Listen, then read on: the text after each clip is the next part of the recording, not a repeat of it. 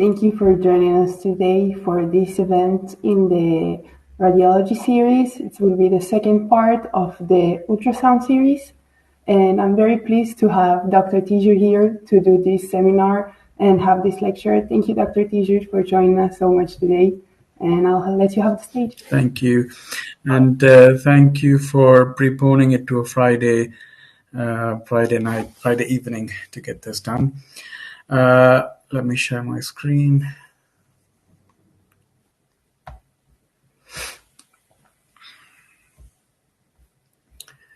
Right.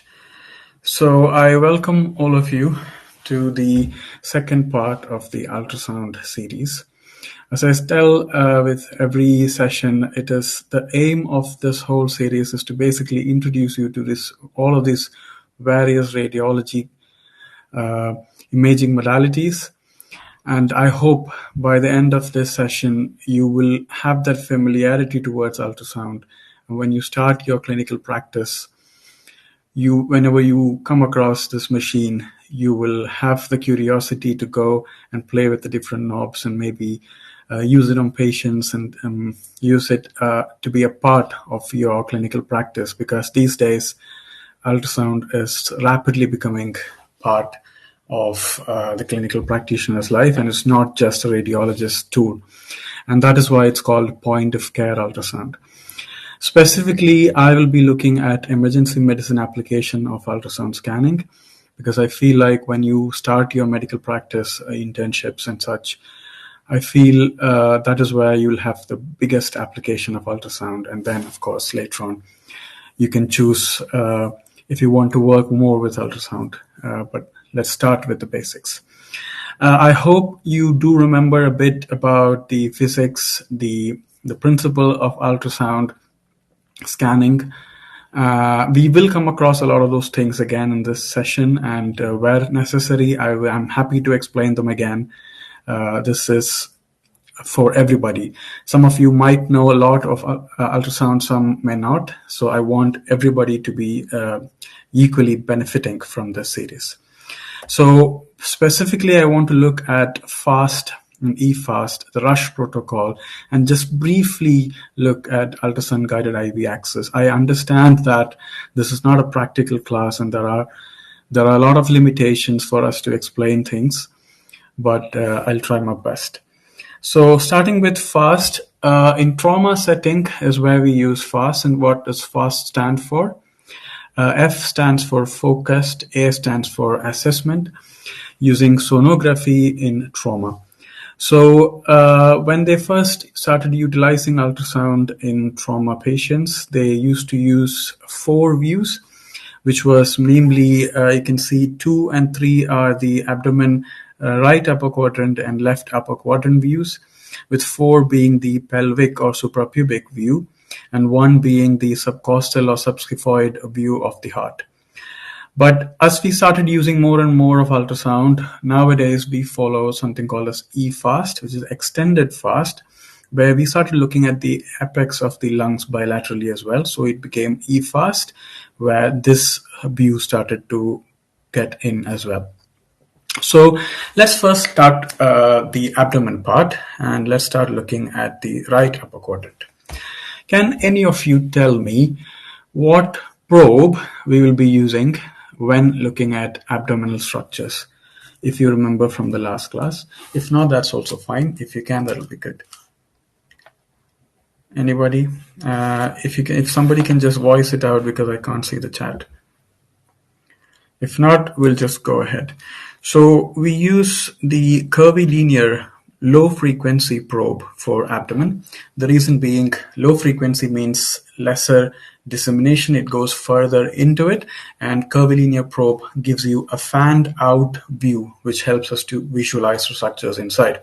So whenever you're doing abdomen, you're going to be using a curvilinear probe. Now, I'm going to use a stack of tissues as a probe just to explain some parts. And imagine if this part is what you'll be facing the tissue or the body part. And imagine if this black line is the probe marker.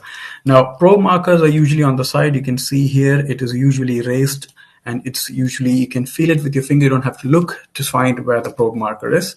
It's very important you know where the probe marker is facing, because the image on the system monitor is going to show you a sign to show where the probe marker is, and that is what you're going to be using to understand or look at pathologies and understand where each of things are. So in this case, with right upper quadrant, you are going to be placing the probe at the right side, slightly anterior to the mid-axillary or at the mid-axillary line, with the probe marker that is facing towards the head end. And you will be at the 10th intercostal space, roughly. And what you will be seeing is, just imagine every time you're using the ultrasound, imagine you are shining a torch inside the body. So you know that the torchlight goes in as fanned out beams, isn't it? Just like that, imagine the ultrasound is going in fanned out, and you can see if this is a torch and the light going in, what you will be seeing is, and this is the head end, this is the pelvic end, you can see the most prominent structure will be the brown, that is the liver here, the diaphragm, lungs on top, and bottom we can see kidney. So how will the image look on the monitor? This will be where the probe is. This is the head end, and this is the pelvic end. You can see the liver, you can see the diaphragm, you can see the lungs, you can see the kidney. Now, in trauma setting, the most important part for us is the space between the liver and the kidney, which is the Morrison's pouch. Now, in this hepatorenal recess is where the fluid is going to be, we are going to be looking for fluid in that particular recess, where it's going to be the dependent area where fluid is going to come and accumulate. We can also see the right costophrenic pleural recess, which will be here, which can also show us the pleural effusion as well. So keep in mind that this view will help us to see not just peritoneal fluid collection, but also pleural fluid collection as well. Now, looking at this particular image, this is how an image of a normal right upper quadrant is going to look like. What you see here is where the probe is going to be. Here is where the head end is. Here is where the pelvic end is. You can see the liver here. I don't know if you can remember, we talked about the mirror image artifact. You can see a bit of something looks very similar to the liver on this side. So this is the diaphragm. This is the right pleural recess. Because of the air, you're seeing this mirror image artifact with diaphragm in between. You can see the kidneys here, and you can see the space in between. This is the Morrison's pouch. These are both perinephric fat. If you remember, the sound gets scattered within the tissues, and that typical feature for all tissue, or that typical scatter for all tissue, is going to give you that appearance that helps us to identify each organ. Looking at this particular ultrasound, this is an abnormal ultrasound whereby you can see this black shadow, which was not here, in between the liver and the kidney, and that is the fluid in the Morrison's pouch. So if you look, this will be how an ultrasound is. If you can see and appreciate, you can see the liver, you can see the kidney, and you can see the black fluid that is here and here. So this is the free fluid in the Morrison's pouch. Now another one where this is the left lobe of liver, and you can see the perihepatic fluid collection. So this is how free fluid is going to be seen in right upper quadrant imaging. Next, let's look at the left upper quadrant. Similar to the right upper quadrant, again, we are going to be placing the probe with the marker towards the head end. And this way of holding the probe like a pen with the knuckles on the bed. So it's called a knuckle on bed approach. That means that the probe is going to be in the posterior axillary line. And the other one, it was mid-axillary or slightly anterior to the mid-axillary. This one is the posterior axillary line. And what will you be seeing? If you are shining a light inside, you can see the diaphragm and you can see the spleen. Above, you'll see the lung, and then you can see the kidney. The perisplenic space in this left upper quadrant view, we'll be looking to find fluid in the perisplenic space. Okay, again, you can see the left side pleural recess is visible as well. So you can see pleural fluid in this view as well. Keep that in mind. Now, looking at a normal scan, what you will see is the spleen, you can see the kidney, and this is the splenorenal space. and this will be where the perisplenic space is. In this particular image, it's not a good quality, but you can see, if you can look closely, you can appreciate the fluid in the splenorenal space and a little bit in the perisplenic space. So this is a left upper quadrant scan where you can see the spleen and then the anechoic fluid all across. If you remember, whenever sound goes through a fluid medium, it passes through much better, and thereby whatever is below the fluid is going to be appearing more brighter. The gain is going to be more, and you can appreciate that a bit here as well. Even here, if you can see just below the fluid, that becomes a slightly brighter when compared to the rest of the field, and that is because of the fluid presence over there. Okay. So these are the things I'm just trying to correlate with the things that we learned from the last session in this just practical application of the basic principles. Okay. Now, next is the pelvic view. Now, pelvic view, we can do it in two planes. One is the longitudinal plane and the other is the transverse plane. You can see longitudinal plane and transverse plane. So how do we do it? So what you're seeing in the image here is a longitudinal plane where you have the probe placed above the pubic symphysis in the midline with the probe marker facing towards the head. And you can see that the operator has slightly tilted the probe in such a way that he is shining the torch into the pelvis. Okay, imagine it's like a torch and you're shining the torch into the pelvis. So this is a longitudinal view, and what structures you see will obviously depend upon the gender as well. So males and females is going to be different. So in males, what will you see when you have the probe marker here and then shining the light inside or the sound inside? Just beneath the pubic bone, you will see the bladder, and then you can have the prostate here. You will have the seminal vesicle here and the rectum. So in males, you have to understand that the dependent portion where the fluid is going to accumulate, if there is free fluid, is going to be in this rectovesical pouch. Okay, but what about females? In females, so if you are keeping the probe here, the sound is coming like this. It will first come and fall on the bladder, and then we have the uterus, the rectum, and in between these two we have the pouch of Douglas or the rectouterine pouch. Now this, if you look at an ultrasound image, so this is a male pelvic ultrasound in the longitudinal view. If you can see, this is the bladder, this is the prostate, this will be the rectum, and here will be the rectovesical pouch. Now this is a normal ultrasound. In case of females, this will be the bladder, this will be the uterus here, the rectum beneath, and in between will be the pouch of Douglas. Again, this is a normal scan.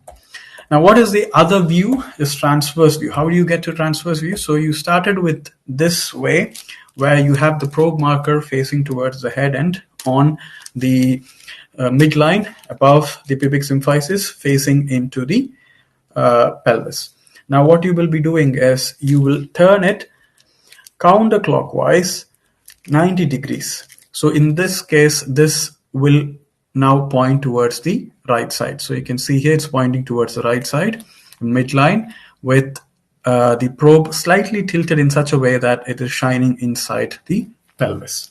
So what will you be seeing? The anatomy now will be, now imagine if you are seeing here and it will be like cutting across. So you are kind of visualizing from this end. So you'll start seeing 3 holes instead. So this will be the transverse view in pelvic. So this is males, bladder, prostate, and then rectum. In females, it will be bladder, uterus, rectum. This will be the pouch of Douglas. So if you're seeing fluid, in this case, this is the transverse and longitudinal view, abnormal pelvic scans, where you can see the bladder, uterus, and then free fluid here. You can see free fluid accumulating in this case. This is a female, this is a uterus, and beneath you can see the free fluid. So if you can appreciate in this scan, again, you can see the fluid is very obvious here, and you can see the uterus. So they're fanning the probe to see from right to left. So next option, so we have finished the abdomen. We have looked at the right upper quadrant to look at the Morrison's pouch, the left upper quadrant specifically looking at the perisplenic space, the pelvic in females specifically the Douglas pouch, and in males we are looking at the rectovesical pouch. Now coming to the echo part, I'm going to briefly look at the whole echo in this session, not just the fast scan, so we can finish it all off in one go. So focus assessment of cardiology is called as focus. So focus cardiac ultrasound is utilizing ultrasound at point of care to look at the heart. It can be done by a nephrologist, an emergency doctor, a cardiologist, whatever. So we have a separate probe that we use for cardiac, if anybody remembers from last class, is called as a phased array probe. Why do we use a phased array probe? Because we had problems using the curvilinear one or the linear one. What were the problems? One of which was there are bones, a lot of bones. The heart is situated beneath a rib cage. That means that bone is not going to pass the sound through. We need the footprint to be smaller so it can be fit between the rib spaces. So we have a smaller footprint. Second thing, when you reduce the footprint too much, the view that you have is very less. So we need a fanning out kind of transmission of sound inside. How do we get that done? With a very small footprint of a probe. So we used phased array, where each of the crystal is being activated in different time zones. So it ends up sending out signals in a phased manner. So you end up getting this fan-like projection outwards. So you bypass the problem of lung air as well. So that way you're getting a good view of the heart. So that's why we use the phased array probe. Keep that in mind. Now we have 4 views when we are looking at echo. But before going there, I need to highlight something that is very important when coming to probe markers in phased array probe. We told that the probe marker is important because it helps us to look at the image and have that orientation as to which is where, which is the head end, which is the posterior end, which is the anterior end, all those things. So in cardiac setting, so when you're using the phased array probe, you're going to be shifting to the cardiac setting. Remember, in cardiac setting, the marker is going to be on the right side. So when you look at the previous ones, you can see the marker on abdominal scan was on the left hand side, but in this case it is on the right hand side. So keep that in mind, that in cardiac setting it's going to be on the other part. Now, what are the 4 views? We have parasternal long axis, short axis, apical 4-chamber view, and the subxiphoid view. Let's look at each of them carefully. I know that when you see like this, it might seem complicated, but it is not. Just imagine that you're going to be shining a light inside the chest to look at the heart. Okay, so it all depends on how we are holding the probe, how the light is falling on, and where the light is falling on. That's it. So let's start with parasternal long axis. What does it mean? So this green aspect is how you're going to be holding the probe. So it is kind of like this. You're holding in. So this is the sternum. So it is next to the sternum. So it is parasternal. Where are you going to be keeping it? Left to the sternum at about 3rd or 4th intercostal space. And you're going to be having the probe marker facing towards the right shoulder. Okay. So this is the long axis of the body. This is the long axis of the heart. You can see that the long axis of the heart is kind of tilting towards the right shoulder. And when you keep the probe here, we are trying to shine the light along the long axis of the heart. That is the aim. So you can see the probe here shining the sound inside, and you can see that it is falling on the long axis of the heart. And these are the structures that we will be seeing. So you can see again, this is the probe marker facing the right shoulder. The heart is inside the chest cavity like this. And this part is what you will be seeing. You can see on the body. So this is the long axis of the heart, and that is where you're shining the light. And the probe is kept at between the either 3rd or 4th intercostal space with the marker facing to the right shoulder. Keep those things in mind. So what will you be seeing? I mean, remember the indicator is on the right side, and these are the structures that you will see. You'll see the left atrium, you'll see the mitral valve, the left ventricle, the right ventricular outflow tract, the aorta, the aortic valve, and the descending aorta. So this is how the scan itself will look like. You can see the right ventricular outflow tract, the aorta, and the left atrium. All of these should be on the right side and kind of similar in size, if you can appreciate that. Aortic valve, mitral valve. You can see the left ventricle, the interventricular septum, and the left ventricular wall. And this is how the light is shining, or the sound is falling on the heart. You can appreciate these two structures. So you need to develop that ability to create the image in your head, to understand how your probe is kept, how the sound is falling on the structures and what you're seeing, so that you can imagine that in your head and try to pick up the pathologies. So this is how parasternal long axis view is going to be. You can see the right ventricular outflow tract, aorta, a bit of aortic valve we can appreciate there, the left atrium, left ventricle, descending aorta.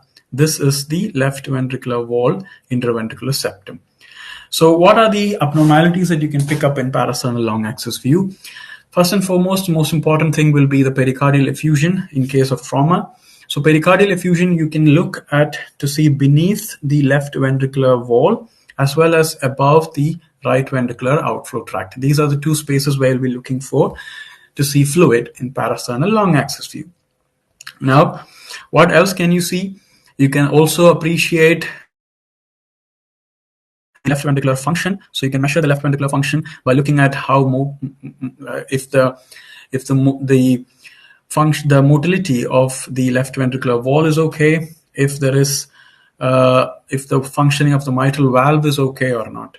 So if you can look at this image, what you can appreciate is the pericardial fluid that is seen above and below, that is above the right ventricular outflow tract and below the left ventricular base. So this is the scan. Again, you can see the fluid there, here, and we can see again another anechoic black shadow here. This is also fluid. What you need to understand is it is below or posterior to the descending aorta. So in this case, it is beneath the diaphragm and it's a pleural fluid that you are seeing. So above the descending aorta, it will be pericardial effusion. Below will be pleural effusion. Okay, and coming to left ventricular function. So if you can appreciate, if you can just take a look at the left ventricular wall, the mitral valve leaflet, how the leaflet is touching the left ventricular wall, interventricular septum, and on this side. And if you look at this image, you can see that the wall thickness has gone up compared to this one. Wall thickness has gone up. The activity has gone down. And if you look at the mitral valve, it is not completely opening. So it is not touching. If you remember from last class, we talked about this and we did an M mode through here, looking at the mitral valve in a normal heart, and this was what we saw. You can see the mitral valve actually touching the interventricular septum or the left ventricular wall on this side. So here it is not completely opening. So if in here we would have taken an M mode, we could have seen that it's not completely touching the interventricular septum. So this is another application of the parasternal long axis view. I also want to show you the parasternal short axis view. So again, the name says parasternal, so it's the same site. What you end up doing is, we had the probe marker, which was facing towards the right shoulder. We turn it 90 degrees to have the probe marker focus towards the left shoulder. And this is the heart, this is the probe. You can see the probe marker facing towards the left shoulder. And this section is what we will be seeing, this section. So let's see. So if this is the probe and this is the section that we are looking at, this is how the image is going to appear, which will let you see the right ventricle, the left ventricle, and the papillary muscles. So this level of parasternal short axis is called as a mid-papillary level parasternal short axis view. Now, we can use parasternal short axis to see three more sections. And what you will be doing is you're going to move this towards the sternum or towards the mitral valve. So what do you mean by towards the sternum? You know, this is held like this. This is where the sternum is going to be. So you're moving it slightly this way towards the sternum, and you end up on the mitral valve, where you will be seeing the right ventricle, the left ventricle, and the mitral valve bicuspid valve inside. And it looks like a fish. And when you see in the echo, you can see the fish opening and closing its mouth. So it's called as a fish mouth view. If you tilt the probe with the tail end coming towards the base a bit, you end up looking at the aortic valve. And aortic valve will appear like the Mercedes-Benz logo. Okay, so that is the Mercedes-Benz view or the aortic valve level. Let's look at each. So this is the mid-papillary level. You can see the right ventricle, the left ventricle, and the papillary muscles. Now this is the parasternal short axis view, mid-papillary level. Now, when you go slightly towards the sternum or the mitral valve, you end up seeing the mitral valve like this is the mitral valve bicuspid, if you can appreciate, like a fish opening its and closing its mouth. That is why this is a fish mouth view. If you tilt it slightly, you end up seeing the aortic valve, and you can see the Mercedes-Benz logo over there. Okay. Now, next is the apical four-chamber view. Now, how do we see the apical four-chamber view? You place at the apex beat or the point of maximal impulse, and then you have the probe marker still facing towards the left shoulder, but you're going to keep the probe itself facing along the long axis of the heart. Okay, so this is where the probe is going to be, and this is how we will see the image, where we can see all four chambers, the right and left ventricle, right and left atria, and the two valves, the tricuspid and mitral valve in between the atrium and the ventricle. So this is how the image is going to be. If you can appreciate, this is where the probe is going to be. The probe marker you can see there, the left ventricle, right ventricle, interventricular septum, the two valves, right and left atrium, and the interatrial septum. So this is how the image is going to appear in the monitor when you look through for the apical four-chamber view. Okay, so you can see the four chambers, the tricuspid mitral valves. Now, coming to the subxiphoid or subcostal view.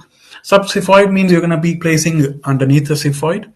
We have the probe marker facing towards the left side, not left shoulder, left side, but the probe is going to be slightly pointing towards the left.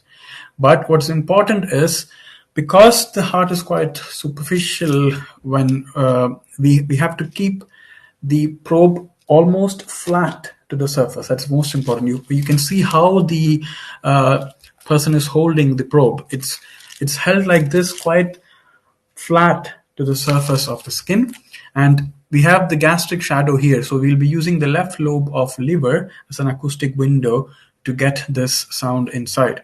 And what will you be seeing? You will again see all four chambers. You can see all four chambers and the two tricuspid and mitral valves. Just the orientation at which we are looking at these were different. In apical, you'll be looking from here. In subxiphoid, you'll be looking from this side. You can appreciate the right ventricle, right atrium, left ventricle, left atrium, the tricuspid and mitral valves, and the left lobe of liver through which you are looking. So you can see the left lobe of liver, the right ventricle, right atrium, left ventricle. In fast scans, we usually perform either the subxiphoid or the parasternal, either of which is preferred for fast scan. And you know that fast scan is a trauma setting, so we are specifically looking for fluid, pericardial fluid, and that you can see like this in subxiphoid view. You can see that there's fluid underneath the pericardium, and the heart can be visualized in the subxiphoid view. So another thing that is important is IVC. How do we look at IVC? So what we do is we have our probe marker that is facing towards the foot. You can see the probe marker is facing towards the foot, and you are kind of looking at the liver, specifically trying to find out the aorta, the IVC inside the liver. Once you get the IVC, you turn it with the probe marker coming towards the right side, and you get this view where you get the long axis view of the inferior vena cava and the right atrium. So this is how you initially see, and then you turn it, you end up seeing the long axis view. Can you see? This is initially short axis, and then it's turned to form the long axis. So initially, if this is the probe, it was like this, then it's turned to get the long axis. And you can see the right atrium on here as well. So looking at inside the liver to find the biggest vessel and the lowermost part is going to be the IVC. Okay, you can see, why do we look at it? We look at it to see if we can look at the collapsibility of the inferior vena cava, basically looking at if the patient is responsive to fluids, the hypotension, or if there is low blood pressure, if you can give fluids and get the blood pressure up. So if it is more than 50% collapsible, that means that we can give fluids for this patient. Okay, so this is the collapsibility of the inferior vena cava with respiration. Another thing that we use the echo for is to see if there is clots. So this is called a clot in transit, where this, if you see something like this is impending pulmonary embolism, because this is going to go into the lungs. So that is another thing that you can see in echo. So with that, I think we can wind up echo in FAST and echo in general. The next and the last thing in FAST is the lung view. So lung views, you can see where they have kept. Again, the probe marker is towards the head. They have placed it on the second intercostal space in the mid-clavicular line, with the hands, if possible, kept like this, which will help you to expand the intercostal spaces and get a better visualization inside. And first thing is, when you have this view, we are looking for something called as a bat wing sign. Basically, if you have the two ribs on both sides, and then if you are sending the sound between these two rib spaces, the ribs are going to appear as black because they are not going to be sending the sound through, and you can see the portion of lungs in between. So, and then the soft tissues above the ribs. So this is what you will be ending up seeing. So it's like this is the bat wing sign that they are explaining. And this is the pleura, the ribs, and pleura is a very bright white line here. And these are the rib shadows. So this is the bat wing sign. So this helps you to understand that you are looking in between the ribs and you're seeing some part of the lungs there. Next thing, what you will be looking for is the A line. Now, I already described A line last time. It is basically a reverberation artifact. What does that mean? So you have the probe here, and then it is hitting the pleura, coming back. Some of it will bounce to and fro in between, or like bounce around in this space, and then go back to the probe. So the probe will think that there is an equidistant line below the pleural line, and it will show those lines there. So most important thing is A line is horizontal line equidistant from each other, and it is a reverberation artifact, and it is a normal finding that you see in the lungs. So first thing, bat wing sign, you can see the A line. Third thing that you need to be looking at is lung sliding. Lung sliding basically is, the pleura has two layers, the visceral and parietal pleura. The visceral pleura will be moving along the parietal pleura, and this movement is appreciated with each respiration on the ultrasound. So you can see ants, like ants walking on a line. You can see the structure moving up and down. This is the pleural line going up and down, which shows that the visceral pleura is adjacent to the parietal pleura. And it's a normal finding that we see or expect in a lung ultrasound. So another way of looking at this lung sliding is you can use the motion mode, or M mode, that we described earlier. And you can look at it at that same spot where you saw the lung sliding. And what you can see is this characteristic appearance of structures like lines like this, and then dots below. So if you have this artistic thinking, you can think that this is like a beach, sandy appearance of the beach, and this could be the ocean. This is called as a seashore sign. So again, another normal sign. So it will be bat wing, A lines. We are looking for the lung sliding, and in M mode, we can see the seashore sign. Now, if there is pneumothorax, or if the lung sliding is absent, we have to think about pneumothorax in a trauma setting. But if lung sliding is absent, what does it mean? It means that the visceral pleura is not running along the pleura, the parietal pleura. So it could be because of a lung collapse as a result of a pneumothorax. It could also be because of a severe consolidation. It could also be other things like inflammation, infection, lot of causes. Absent lung sliding should not mean that there is pneumothorax, but that is a pathological finding there. So lung sliding is a normal finding. If you don't see absent lung sliding, there is something wrong. So now we need to differentiate if there is a pneumothorax or not. If you can find that point where there is lung sliding and then there is no lung sliding, it is called as the lung point, this transition point between the normal lung sliding and no lung sliding. This will be the point where there is lung collapse and then normal lung. So that is a sign of pneumothorax. So if you can appreciate here, this one is moving here, but this area, if you look, this is not moving. This is called as a lung point. Lung point can point to a pneumothorax. It's almost specific for a pneumothorax. Now, another thing that you can do is if you see like absent lung sliding, you can use an M mode there. Earlier we described something called as a seashore sign. This was a seashore sign. You can see the sand-like appearance of the beach and the ocean. But if you look at here, we have lost that sand-like appearance. It's just uniform horizontal lines that you see, almost like a barcode. This is called as a barcode sign, where there is absent lung sliding. Again, if you can find that point where there is seashore appearance and barcode sign adjacent to each other, you can confirm that there could be pneumothorax there. Another pathological feature is I will stop you just for a sec. I see there's a question in the chat from Dr. Addy. So how can global longitudinal strain be spackle training, echoing of severe aortic stenosis patients, predict subclinical cardiac contractile dysfunction, and guide when left ventricular ejection fraction is over 50 or 60%? Kind of a long question, yeah.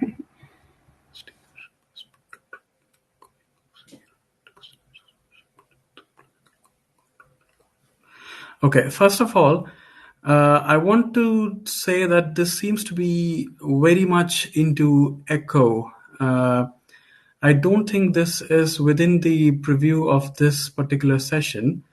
What I can do for you is, if you want, I can have a private email chat with you. Will that be better? Because if we go into echoes in such detail, we'll never finish.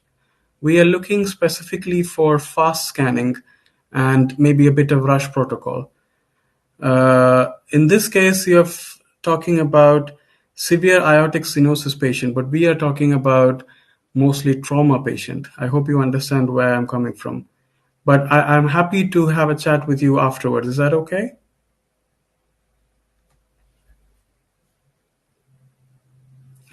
Miss Dr. Addy.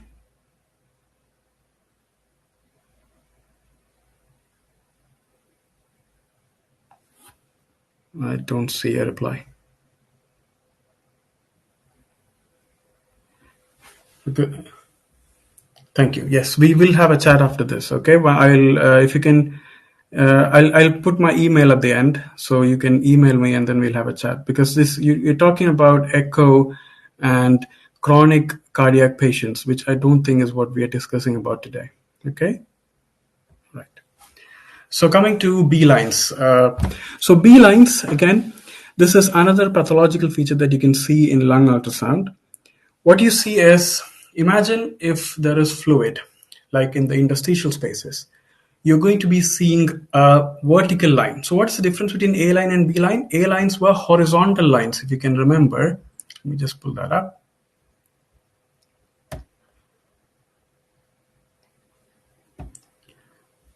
So this is A lines.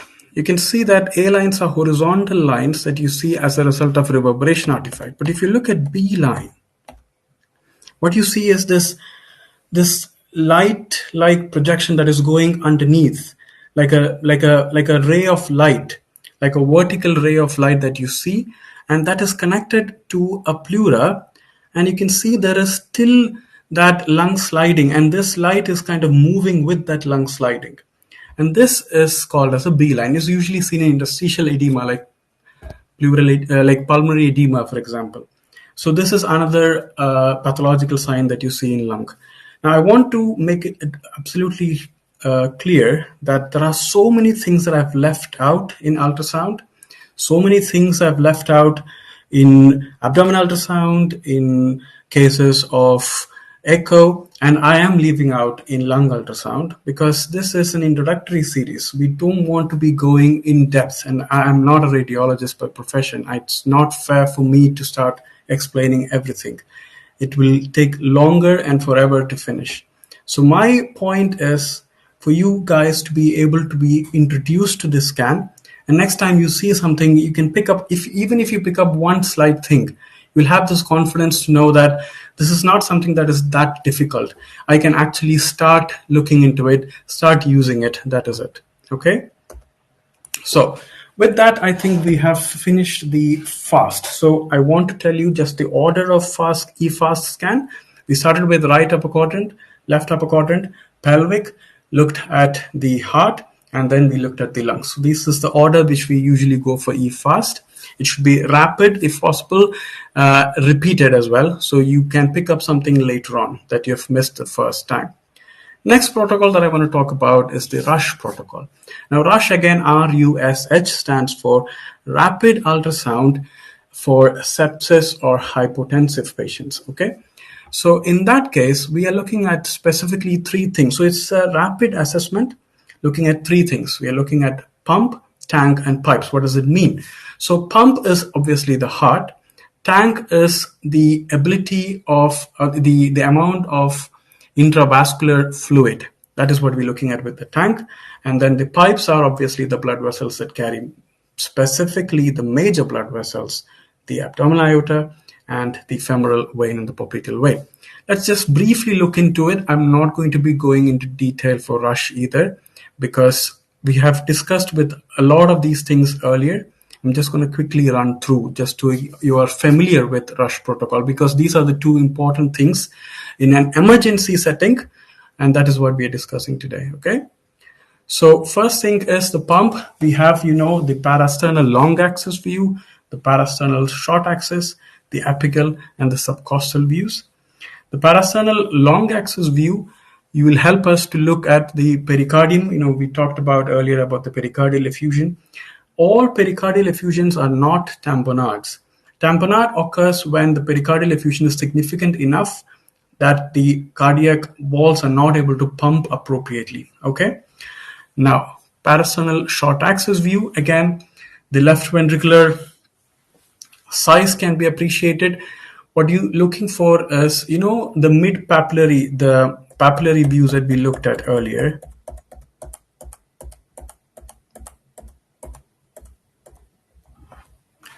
So in the papillary views, you can see the left ventricular wall. Now, if the right ventricular pressure goes up too much, what happens is there's something called as a D sign, where this won't be this circular. This will become flattened here because of the increased pressure on the right ventricle. And also, when the fluid is too low, there can be, these two will appear to be kissing each other. That is because it's the left ventricular collapse, okay? So that is one thing that will help you to see in the parasternal short axis view. Coming back to RUSH protocol, we have the apical view, again looking at the right ventricular size to see for any right ventricular failure.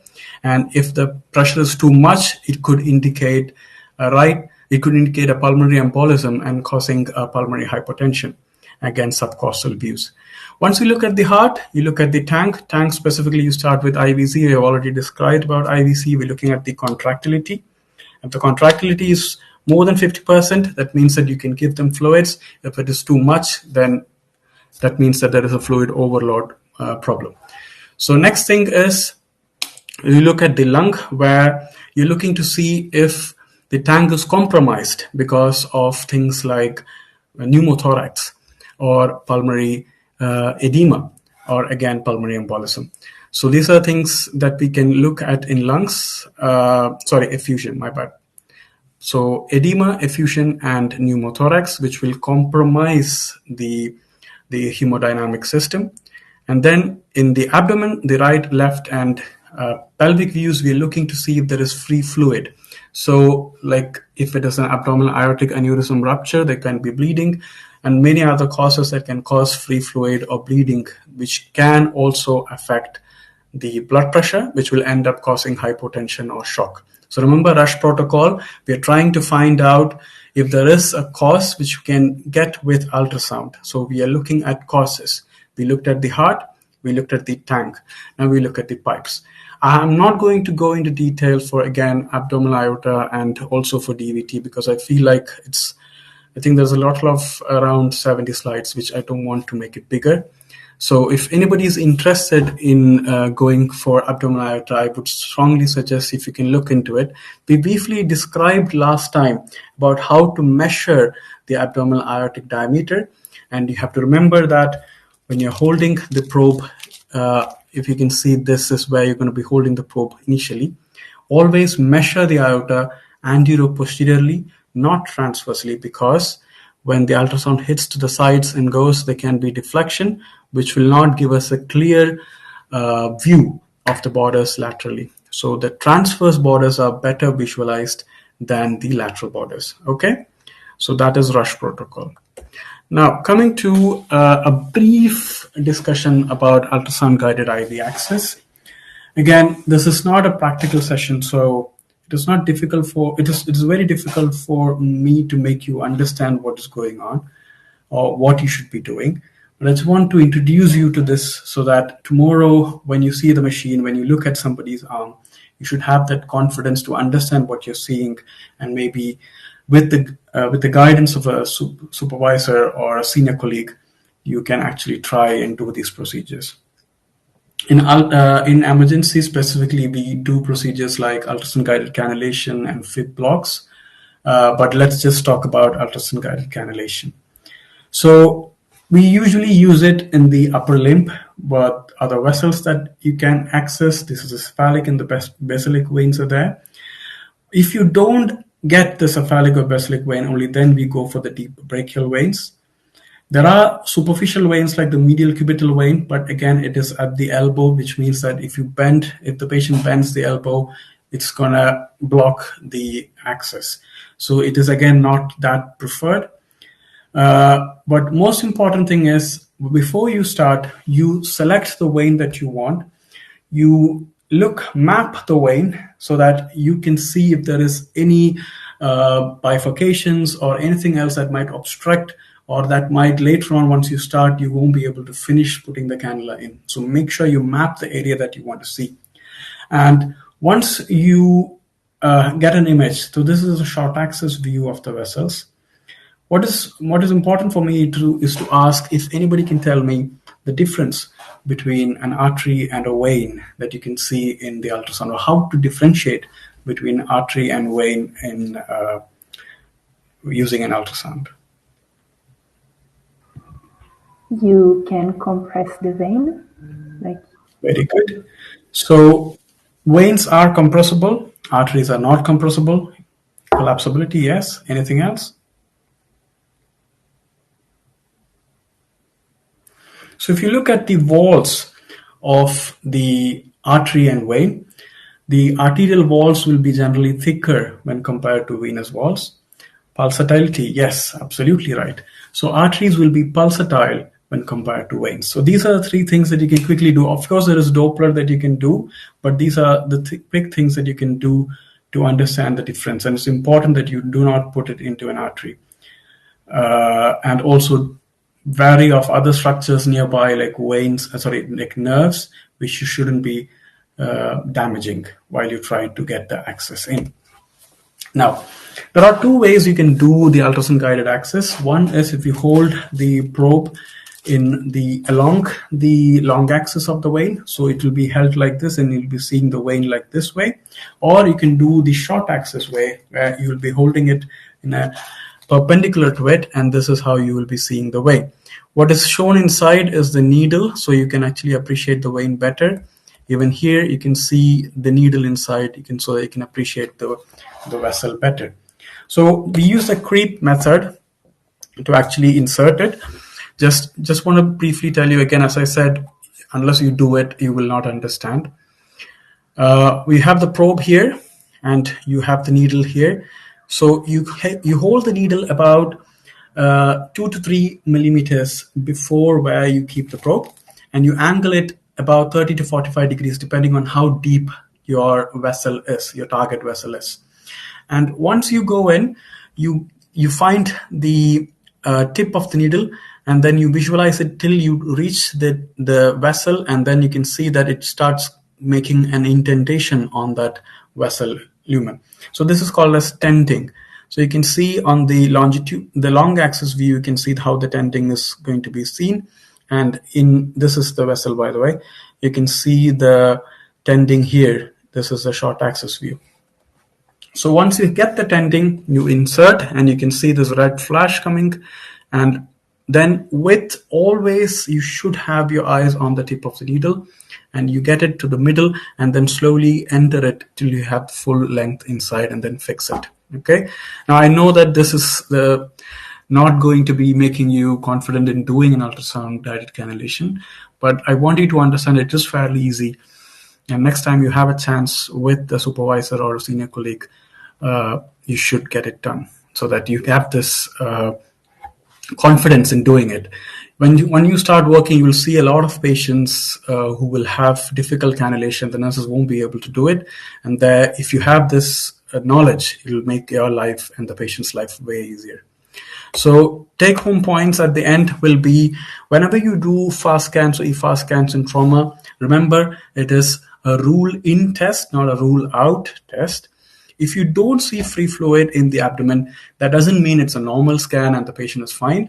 It could be that you haven't seen it, or it could mean that later on you might, as it gets bigger, you might actually pick it up. So always rapidly and repeatedly do scans so that you don't miss out things. So at the end of the day, CT scan is the rule out technique. Okay.